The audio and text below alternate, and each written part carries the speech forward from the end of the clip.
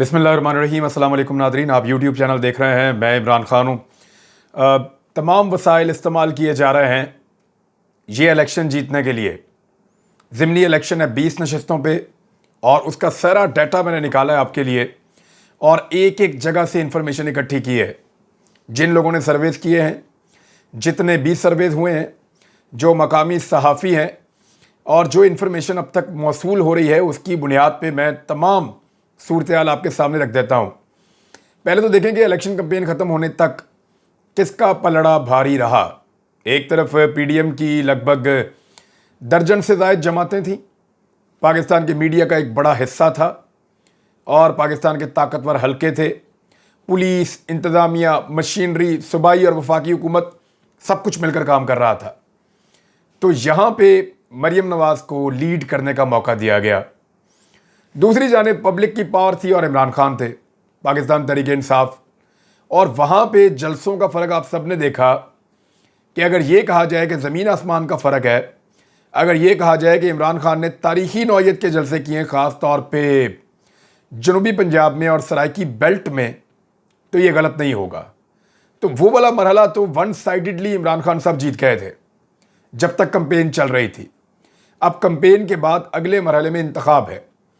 एक बात याद रखिएगा इस इलेक्शन के हवाले से, ख़ास तौर पे उन 20 हलकों में रहने वाले लोग, अगर आपको लगता है कि पाकिस्तान के साथ ज़्यादती हुई है, अगर आपको लगता है कि पाकिस्तान में रिजीम चेंज ऑपरेशन जो हुआ है वो गलत हुआ है, अगर आपको लगता है कि उसके नतीजे में जो इम्पोर्टेड हुकूमत बनी है उसने आपके साथ जुल्म और ज़्यादती की है, महंगाई में बेपनाह इजाफा किया है, पेट्रोलियम मसनूआत, घी, आटा, दालें 33.12% तो महंगाई बढ़ गई है पाकिस्तान में। ये तारीख़ी नौयत की महंगाई बढ़ी है। गैस की कीमतों में, बिजली की कीमतों में बेपनाह इजाफा हुआ है। कारोबार ज़िंदगी रुक गया है।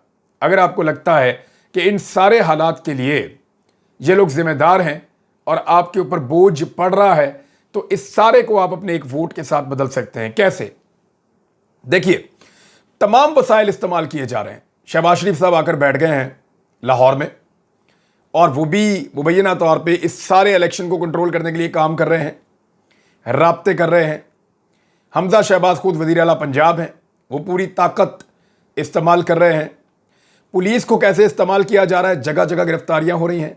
वो अहम लोग जो वोट डलवा सकते हैं उनको गिरफ्तार किया जा रहा है और इसके अलावा लोगों को हरासा किया जा रहा है। एक दूसरे के ऊपर धांधली का इल्ज़ाम लगाया जा रहा है। पीएमएलएन की हुकूमत है, उनके पास ताकत है और वो धांधली कर भी सकते हैं। उनके साथ पीडीएम की सारी जमातें भी मौजूद हैं, ताकतवर हलके भी मौजूद हैं, हर चीज़ उनके कंट्रोल में है। दूसरी जानिब पाकिस्तान तहरीक-ए-इंसाफ के ऊपर भी धांधली के इल्ज़ाम लग रहे हैं। वो कैसे लग रहे हैं? यानी एक मोबाइल फ़ोन एक शख्स ने पकड़ा हुआ है और वो फ़ारूक हबीब के मैसेजेस उसमें दिखा रहा है। जानना ये चाहता हूँ कि अगर कोई मुलज़िम गिरफ्तार हुआ है तो उसका मोबाइल फ़ोन पाकिस्तान तहरीक-ए-इंसाफ का बंदा ही गिरफ्तार हुआ होगा ना, तो उसका मोबाइल फ़ोन मुस्लिम लीग नून के बंदे को किसने दिया कि आप इसके ऊपर एक वीडियो बना लें? ये बड़ी अहम चीज़ है। आप फिर गौर कीजिएगा कि मुबैना तौर पे कहा गया कि एक आदमी ने कुछ आईडी कार्ड्स खरीदे हुए थे और वो कारकुन है पाकिस्तान तहरीक-ए-इंसाफ का। तहरीक-ए-इंसाफ कह रही है कि ये गलत है, ऐसा कुछ नहीं हुआ और हमारे बंदे के ऊपर टॉर्चर करके उससे ज़बरदस्ती ये मनवाने की कोशिश की जा रही है। अब ये तो इन्वेस्टिगेट होगा तो पता चलेगा, लेकिन उस बंदे की एक कन्वर्सेशन के बारे में एक मोबाइल फ़ोन दिखाया गया है जिसमें व्हाट्सएप के ऊपर मैसेजेस हैं और वो नून लीग का एक बंदा उसकी वीडियो बनाकर बोल रहा है। यानी ये राइट आप कैसे दे सकते हैं? यानी बी टीम का काम कर रही है पुलिस मजबूरन बेचारी। अब मेरी गिरफ्तारी में भी पुलिस ऐसी ही कर दी, बेचारे कहते हैं यार मजबूर हैं खान साहब, हम तो इस तरह के लोग नहीं हैं, ना हम आपके साथ जुल्म या ज़्यादती करना चाहते हैं, लेकिन हमारे ऊपर बहुत दबाव है। तो इसी तरह ये फाशिस्ट हुकूमत जो है वो दोबारा दबाव डाल रही है पुलिस के ऊपर कि वो इलीगल एक्टिविटीज़ में, धांधली में और दो नंबरियाँ करने में या वोटर्स को और सपोर्टर्स को हरासा करने में पीएमएलएन की बी टीम का किरदार अदा करें या जोर लगाएं। अब इस सिलसिले में हमजा शहबाज और शहबाज शरीफ ये काम तो कर रहे हैं, लेकिन जो काम करने वाला है वो नहीं कर रहे। मैं आपको बताता हूँ, इनको अदालत में पेश होना था और दोनों ने रिलीफ ले लिया है, यानी दोनों अदालत में नहीं जा रहे। शहबाज शरीफ साहब जो हैं वो क्योंकि वज़ीर आज़म पाकिस्तान है तो उन्होंने भी छुट्टी ले ली अदालत से कि जनाब मैं नहीं आ सकता अदालत और मुझे बतौर वज़ीर आज़म काम करना है। और हमजा शहबाज ने भी कहा मानसून की बारिशें हो रही हैं, मैं बहुत परेशान हूँ और वहाँ पे मैं भी इजलास देख रहा हूँ तो मैं भी नहीं आ सकता। तो लिहाजा उन दोनों ने ना आने का फैसला किया है। तो इस तरह आपको आइडिया हो जाना चाहिए कि वज़ीर आज़म और वज़ीर आला बनने के बाद कानून को इन लोगों ने कैसे खिलवाड़ बना दिया है। और ये दोनों इस वक्त अदालत में पेश नहीं हो रहे, लेकिन मुबैना तौर पे जितना धांधली का मंसूबा है उस सबको अब कैसे चलाया जा रहा है ये सब आपको नजर आ रहा है। अब आ जाए हलकों की तरफ। लाहौर के 4 हलके हैं और चारों हलकों के अंदर जितने भी सर्वेस हुए हैं वो ये बता रहे हैं कि 3 हलकों में पाकिस्तान तहरीक इंसाफ बड़े आराम से जीत जाएगी। एक हलके के अंदर असद खोखर ने ताकत का, पुलिस का इतना बेईमाना इस्तेमाल किया है कि वहां पे जीतना मुमकिन दिखाई नहीं दे रहा पाकिस्तान तहरीक इंसाफ का, क्योंकि लोगों को छोड़ा ही नहीं जा रहा, बिल्कुल जकड़ लिया है हर चीज को। लेकिन अगर बिल्कुल इंडिपेंडेंट इलेक्शन हो तो कुछ लोगों का कहना है कि चारों हलके पाकिस्तान तहरीक इंसाफ लाहौर से जीत सकती है। ये किसी दौर में गढ़ हुआ करता था नून लीग का, अब नहीं है। जबकि दूसरी जानिब अगर बहुत ज्यादा धांधली की गई तो फिर भी नून लीग 1 या 2 सीटें लाहौर से जीत सकेगी, इससे ज्यादा नहीं जीत सकती। जंग की 2 में से दोनों नशिस्तें पाकिस्तान तहरीक इंसाफ जीत रही है तमाम सर्वेस के मुताबिक। वो इसलिए कि वहां पे धांधली के बावजूद फर्क ही आधे आधे का है। यानी इतना ज्यादा फर्क है कि धांधली के बावजूद पीएमएलएन नहीं जीत सकती, वहां झुरलू फेरना पड़ेगा, बैलेट बॉक्स बदलने पड़ेंगे, वहां वोटिंग को बिल्कुल रोक देना पड़ेगा, तो तब जाकर कोई एक आधी सीट जंग से पीएमएलएन निकाल पाएगी। अदरवाइज जंग में बदतरीन शिकस्त है। मुजफ्फरगढ़ के अंदर से जिस किस्म की खबरें आ रही हैं वहां से भी सूरत हाल ज्यादा बेहतर है। किसकी? दोनों सीटों के ऊपर पाकिस्तान तहरीक इंसाफ की, क्योंकि जो बुखारी फैमिली है उनका तो एक जलसा भी वो नहीं कर पा रहे, डेरों के ऊपर वो जलसे कर रहे थे, निकलना उनके लिए मुहाल था। तो एक सीट तो बिल्कुल ही क्लियर है और दूसरी सीट पे भी पाकिस्तान तहरीक इंसाफ सर्विस के मुताबिक आगे चल रही है। रावलपिंडी की नशिस्त वन साइडेड, फैसलाबाद की नशिस्त वन साइडेड। ये दोनों ऐसी सीटें हैं जहां पे पाकिस्तान तहरीक इंसाफ बआसानी जीत जाएगी। अब आ रहे हैं मुल्तान की सीट पे, यहां टफ मुकाबला होगा और कह रहे हैं कि 2-4 हज़ार वोटों का ही फर्क होगा जो भी जीतेगा। तो ये एक टफ मुकाबला मुल्तान में हो सकता है। साहिवाल में एक टफ मुकाबला है और एक सख्त मुकाबला साहिवाल में भी होगा, लेकिन मुल्तान का मैं आपको बताऊं शाह महमूद कुरैशी के बेटे को हराकर अपने गले एक लगातार मुसीबत नहीं डालना चाहेंगे पीएमएलएन वाले, क्योंकि वो एक शाह महमूद कुरैशी का एक अपना सियासी कद है और इसका शोर बहुत मचेगा। तो इसलिए ये सीट के ऊपर अभी देखना पड़ेगा कल क्या होता है।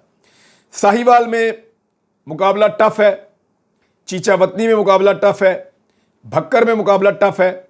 या अगर मैं ये कहूं कि साहिवाल, चीचावतनी और भक्कर में पीएमएलएन के लिए जीतना, अगर ये वहां धांधली करें कुछ थोड़ी बहुत तो आराम से जीत जाएंगे, क्योंकि ये वो 3 सीटें हैं जहां पे इनके उम्मीदवार तगड़े हैं। और मुल्तान के अंदर भी मुकाबला इन्होंने कुछ हद तक कर लिया है।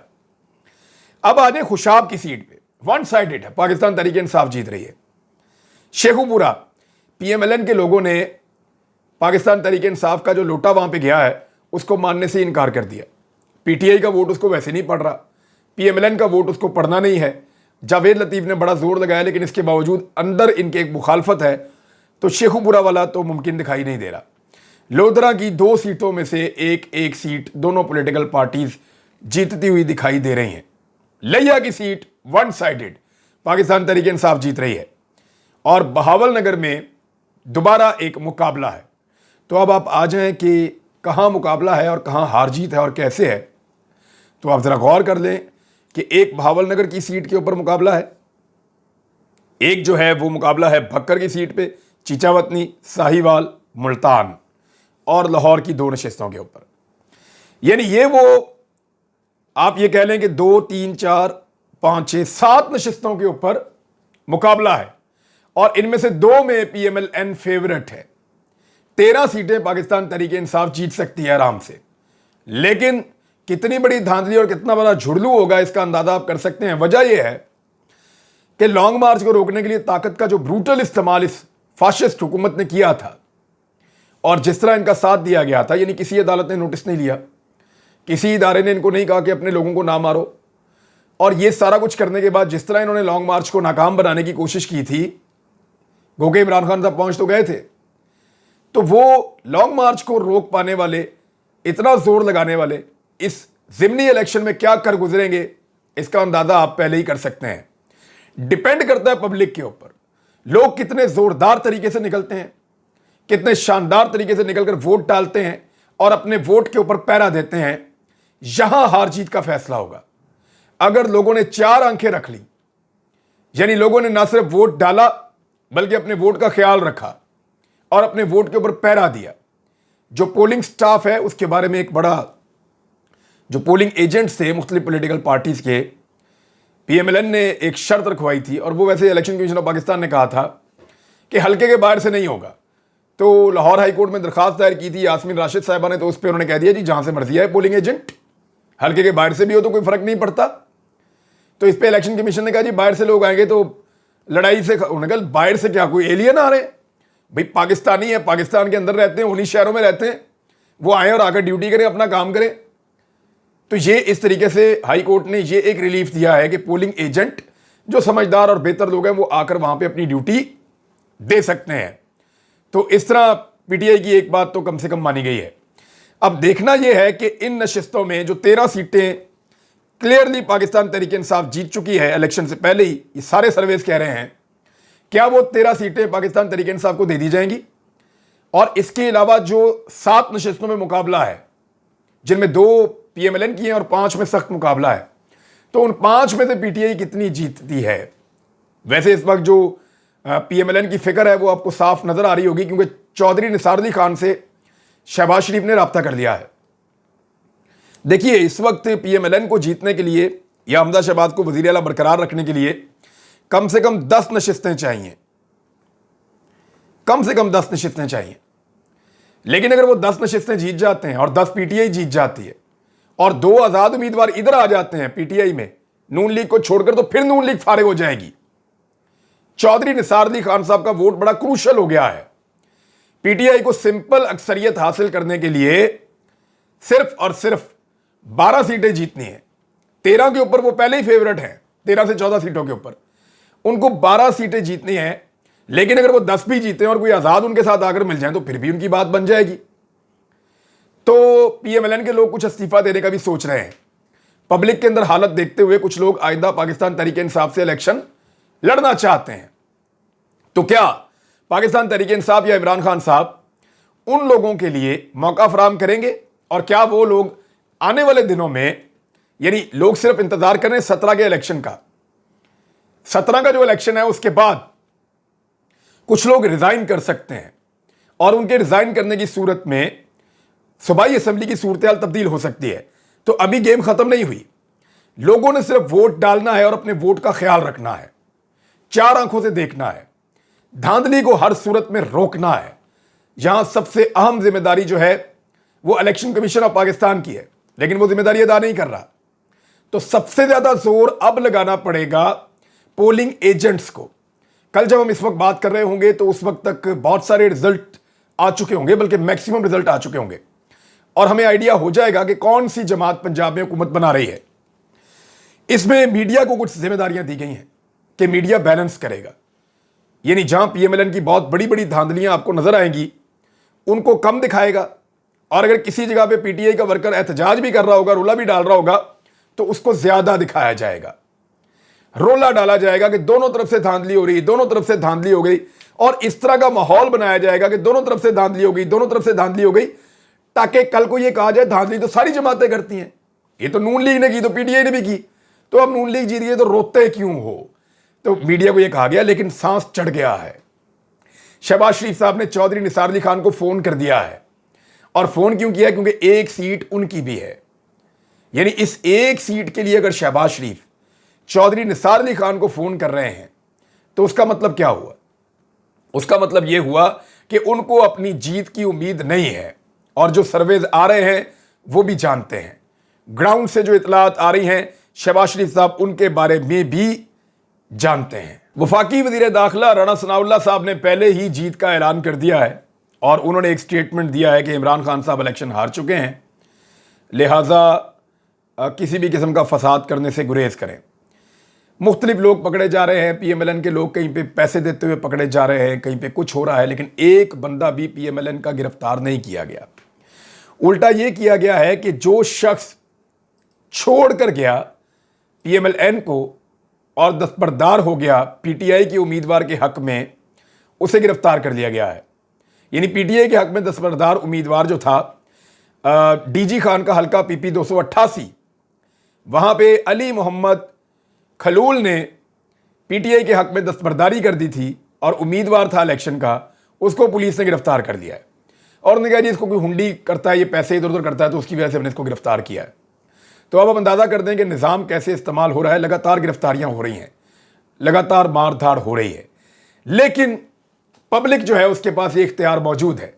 अगर वो बहुत बड़े पैमाने पर निकलकर वोट डालें और टर्नआउट ज़्यादा हो, कोशिश करें कि ज़्यादा से ज़्यादा वोट डाल सकें, तो वो इन इंतखाबात के नताइज को तमाम तर फाशिस्ट एक्टिविटीज़ के बावजूद, तमाम तर जुल्म और ज़्यादतियों और धांधली के बावजूद यकसर बदल सकते हैं। ये इम्तिहान किसी और का नहीं है, इन 20 हल्कों में रहने वाले पाकिस्तानियों का है। लेट्स सी पाकिस्तानी कल क्या फैसला करते हैं। अब तक के लिए इतने, अपना ख्याल रखिएगा, अपने इस चैनल का भी। अल्लाह हाफिज़।